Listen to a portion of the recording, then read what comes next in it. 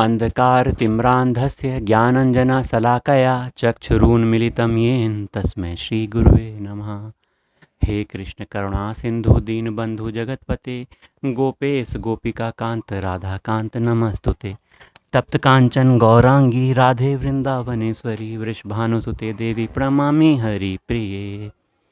जय जय राधा वल्लभ श्री हरिवंश श्री वृंदावन श्री वंचन। जय जय राधा वल्लभ श्री हरिवंश श्री वृंदावन श्री वंचन। जय जय श्री राधे। परम सच्चिदानंद प्रेमामयी अमृत प्रवाही श्री युगल सरकार के गोरे और सांवले चरण यही हमारे जीवन का एकमात्र आश्रय हैं। और हमारा कर्तव्य क्या है? अनन्य भाव से भगवान के नाम का चिंतन, भगवान के गुणों का चिंतन, भगवान में हमारा मन नित्य लगा रहे, यही हमारा कर्तव्य है। भावना हमारी आश्रय की हो कि हमारा एकमात्र आश्रय राधा वल्लभ लाल, और हमारा कर्तव्य, हमारा चिंतन एकमात्र प्रिया प्रीतम का ही ध्यान, सेवा आदि आदि। ये हमारे जीवन का प्रथम लक्ष्य है, मुख्य लक्ष्य है, सबसे बड़ा लक्ष्य है। इस लक्ष्य को प्राप्त करने के लिए हमें दृढ़तापूर्वक यह मन में धारणा कर लेनी है कि अब नहीं, अब कुछ नहीं। यह मनुष्य जीवन जो हमें प्राप्त हुआ है बहुत दुर्लभ है। इस मनुष्य जीवन को अब भगवान के चरणों में ही समर्पित करना है, भगवान को ही अपना मानना है, भगवान की ही सेवा करनी है। आज के दिव्य सत्संग में ब्राह्मण पत्नियों पर भगवान द्वारा किए गए उस कृपा को हम याद करेंगे। इस प्रसंग के माध्यम से हमारी प्रेमा भक्ति बढ़ेगी। कैसे बढ़ेगी? क्योंकि उन ब्राह्मण पत्नियों ने भगवान से बहुत प्रेम किया। यह प्रेम कैसे हुआ? क्योंकि वह नित्य भगवान के गुणों की, लीलाओं की चर्चा सुनती थीं। इन भगवान के गुण लीलाओं की चर्चा सुनने से उनके मन में भगवान के प्रति असीम प्रेम जागृत हुआ। भगवान को देखने की उनकी लालसा बढ़ती गई, उनकी चाह बढ़ती गई कि कभी ना कभी भगवान हमें दर्शन देंगे। वो कैसे होंगे, उन्हें हम अपने आँखों से निहारते निहारते हृदय में बसा लेंगी। तो उनके मन की चाह यह थी। लेकिन ब्राह्मणों को क्या? ब्राह्मण तो अपनी विद्या, आध्यात्मिक विद्या, अपनी तपस्या, अपने योग के बल पर किसी विशेष पद को प्राप्त करना चाह रहे थे। इस कथा के माध्यम से हम आप सबको इसी बारे में बताएंगे। एक बार भगवान श्री कृष्ण अपने ग्वाल बालों मित्रों के साथ वन में विचरण कर रहे थे। वन में विचरण करते करते करते बहुत समय व्यतीत हो गया और भोजन का समय भी नहीं था। काफी समय व्यतीत हो गया। भोजन न होने के कारण ग्वाल मित्रों के पेट में बहुत भूख लग गई। वैसे ये मित्र बहुत बड़े ऋषि मुनि, तपस्या करने वाले, भगवान के बहुत बड़े प्रेमी भक्त थे। क्या इन्हें भूख लग सकती थी? नहीं। भगवान को कोई लीला करवानी थी, इसीलिए उन सभी के पेट में जोरों से चूहे दौड़ने लग गए। भगवान के भक्तों को, भगवान के मित्रों को भूख लग गई और उन्होंने भगवान से प्रार्थना की कि हे प्रभु, आज कुछ भोजन के लिए भी नहीं है और हम आज गैया चराते चराते भूख लग गई है, हमको कुछ व्यवस्था करो। तो श्री कृष्ण ने बताया कि आप चिंता ना करो, बस मेरा कहना मानो, मैं जो कहता हूँ वो करो तो तुम्हें बहुत अच्छे अच्छे पकवान प्राप्त होंगे। जाओ, यहीं बगल में ब्राह्मण लोग यज्ञ कर रहे हैं, जाकर वहाँ से उनसे कहना कि कृष्ण बलराम यहाँ बगल में गैया चरा रहे हैं, गैया चराते चराते उनको भूख लग गई है, तो आप कुछ अपना यज्ञ का प्रसाद उन्हें दे दीजिए जिनसे उनकी भूख मिट सके। तो आप ऐसा कहोगे तो ब्राह्मण जो यज्ञ कर रहे हैं वह कुछ ना कुछ आपको जरूर प्रसाद देंगे। जाओ। तो सभी मित्रों ने ऐसा ही किया। ब्राह्मणों के पास जाकर उन्होंने ऐसी बात कही। अब चूंकि ब्राह्मण यज्ञ कर रहे थे, उन्होंने उनकी बात का ध्यान ही नहीं दिया, जबकि सभी गोप मित्रों ने जाकर साष्टांग प्रणाम किया और पूरी बात जो श्री कृष्ण भगवान ने कही थी वो सब कह डाली। यज्ञ का एक नियम होता है कि यदि कोई याचक आपके द्वार पर आ गया है और यज्ञ चल रहा है और उसने याचना कर दी, तो यज्ञ का पूर्ण फल तब तक नहीं मिलता जब तक उस याचक की इच्छा पूरी ना की जाए। अब जो गोपवाल हैं उनकी इच्छा को अनसुना करके वो ब्राह्मण यज्ञ में तत्पर रहे और उन्होंने कुछ नहीं दिया।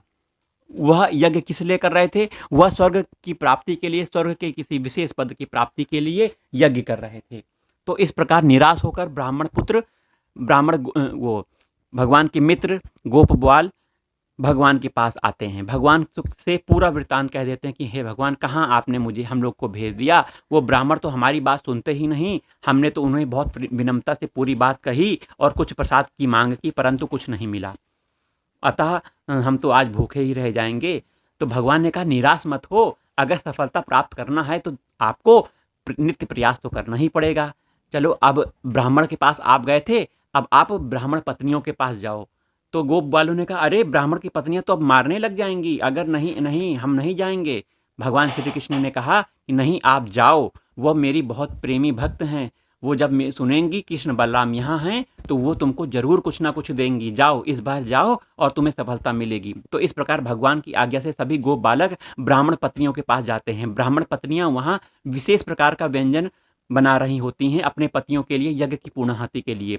तो जब ब्राह्मण मित्रों ने भगवान के मित्रों ने जब भगवान के यहाँ पधारने और अपनी पूरी बात उन्होंने कही, कौन सी बात? कि भगवान श्री कृष्ण और बलराम गैया चरा रहे हैं, हम उन सबके मित्र हैं, हम सभी को भूख लग गई है, कृष्ण बलराम जी को भी बहुत भूख लगी है और उन्होंने आपके पास भेजा है और आपसे कहा है कि कुछ भोजन प्रसाद यज्ञ में अगर है तो हमें दे दीजिए, हम इसे भगवान को ले जाकर भगवान को भोग लगाएंगे, श्री कृष्ण बलराम को देंगे। तो जैसे ही कृष्ण ब्राह्मण पत्नियों ने ये बात सुनी, वो एकदम प्रेम विवल हो गई। बात सुनकर इतना आनंद प्राप्त हुआ, भगवान से मिलने की इतनी तीव्र इच्छा उनके मन में हो गई कि वह कुछ सुध बुद्धि खोने लग गई। परंतु इस समय अपने सुध बुद्ध को खोने का नहीं था। एक विवेकशील स्त्री के समान उन्होंने व्यवहार किया और उन्होंने पूरी चतुराई के साथ कोई भी भोग पदार्थ ब्राह्मण भगवान के मित्रों को नहीं दिया, गो बालकों को नहीं दिया। स्वयं वो प्रसाद लेकर भगवान के दर्शन करने चली आई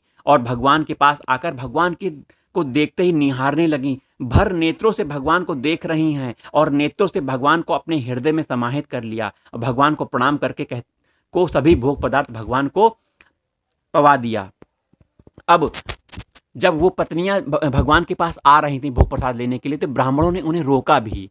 जब ब्राह्मणों ने रोका तो उनके रोके वो नहीं रुकी। उन्होंने कहा दिया कि नहीं, अब हमें कोई बंधन नहीं रोक सकता, हम अपने भगवान के पास जा रही हैं, आपका कोई बंधन हमें नहीं रोक सकता। सभी बंधनों को काटते हुए भगवान के पास आकर वो भगवान से प्रेम करने लगी, भगवान को निहारने लगी, भगवान के लिए विशेष भोजन प्रसाद उन्हें दिया उन्होंने। अब भगवान ने जब देखा कि ब्राह्मण पत्नियां आई हैं तो उन्होंने उन ब्राह्मण पत्नियों का संबोधन कैसे किया? आओ आओ महाभाग्यशाली महिलाओं आओ। भगवान ने उन ब्राह्मण पत्नियों को महाभाग्यशाली कहा। क्यों कहा भगवान ने इन ब्राह्मण पत्नियों को महाभाग्यशाली? क्योंकि उन्होंने संसार के सभी बंधनों को, सभी रिश्ते नातों को तोड़कर भगवान के पास आ गई हैं, भगवान की शरण में आ गई हैं। तो इसलिए भगवान ने इन्हें महाभाग्यशाली कहा है। तो भगवान को भोजन प्रसाद पवाकर बहुत प्रेम से श्री कृष्ण ने उनके भोजन प्रसाद को पाया, गोप बालकों ने पाया, बलराम जी ने पाया, सभी प्रसन्न हो गए और श्री कृष्ण ने आज्ञा दी कि अब तुम जाओ ब्राह्मणों के पास, अब हम लोग तृप्त हो गए हैं। तो ब्राह्मण पत्नियों ने कहा नहीं, हम अपने पत्नियों को दुत्कार के आई हैं, अर्थात उनकी आज्ञा का उल्लंघन करके आई हैं, अब वो हमें स्वीकार नहीं करेंगे। तो भगवान ने कहा तुम चिंता ना करो, वो तुम्हें स्वीकार भी करेंगी और तुम्हारा सम्मान भी करेंगी, तुम लौट जाओ। तो भगवान की आज्ञा प्राप्त करके ब्राह्मण पत्नियां अपने ब्राह्मणों के पास जाती, अपने ब्राह्मण पतियों के पास जाती हैं। ब्राह्मण पति उनसे पूछते हैं कि कहाँ गई थी? तो उन्होंने सारा वृत्तांत बता दिया कि भगवान श्री कृष्ण इस दिव्य धराधाम में प्रकट हुए हैं और इस समय गैयां चरा रहे हैं। उन्होंने भोजन प्रसाद की मांग की थी तो हम उन्हें यही भोजन प्रसाद देने गई थी। तब उन्हें ज्ञान प्राप्त हुआ, ब्राह्मणों को जो यज्ञ कर रहे थे उन्होंने अपने जीवन को धिक्कारा, उन्होंने अपने इस तप बल को धिक्कारा, क्योंकि इस तप पर इस जीवन का कोई मूल्य नहीं जब तक भगवान का साक्षात्कार ना हो जाए। हमारी पत्नियां हमसे बहुत अधिक भाग्यशाली हैं जो उन्हें भगवान के दर्शन प्राप्त हुए, उनकी सेवा प्राप्त हुई, उनका आशीर्वाद प्राप्त हुआ। लेकिन हम अपने तपोबल से एक छोटे से पद को प्राप्त करने के लिए भगवान के दिव्य दर्शन को से वंचित हो गए, भगवान की उस आज्ञा से वंचित हो गए जो भगवान ने हमें कहा था कि कुछ हमें दे दो। तो ब्राह्मण को बहुत ग्लानि हुई और अपनी पत्नियों की सराहना करते हुए बहुत बहुत लज्जित हुए और उनसे क्षमा भी मांगी। इस तरह भगवान का की यह दिव्य लीला हमें यही कहती है, यही दर्शाती है, यही हमें उद्देश्य प्राप्त करने के लिए कहती है कि हमें अपने अभिमान, अपने किसी पद, अपने किसी प्रतिष्ठा से गर्वित नहीं होना चाहिए, अभिमानित नहीं होना चाहिए। हमारा जो कुछ भी है भगवान की सेवा के लिए ही है, सब कुछ हमें भगवान की सेवा में लगाना चाहिए। भगवान श्री कृष्ण पूर्ण ब्रह्म पुरुषोत्तम साक्षात भगवान हैं, तो हमें इनकी ही पूजा करनी चाहिए, इनकी ही सेवा करनी चाहिए। आज हमें ऐसा ज्ञान अपनी पत्नियों के माध्यम से प्राप्त हुआ है, तो हम भी भगवान श्री कृष्ण की पूजा करेंगे, उनकी आराधना करेंगे। अब यह तप, यह जो यज्ञ है, यह सब यज्ञ छोड़कर भगवान के नाम का ही स्मरण किया जाएगा। इस तरह हमें भी अपने जीवन में भगवान से प्रेम करना चाहिए। जब जो भक्त भगवान से प्रेम करता है, वह भगवान के प्रेम को प्राप्त कर लेता है, अर्थात भगवान को भी प्राप्त कर लेता है, क्योंकि जो भगवान से प्रेम करेगा भगवान उससे प्रेम करेंगे।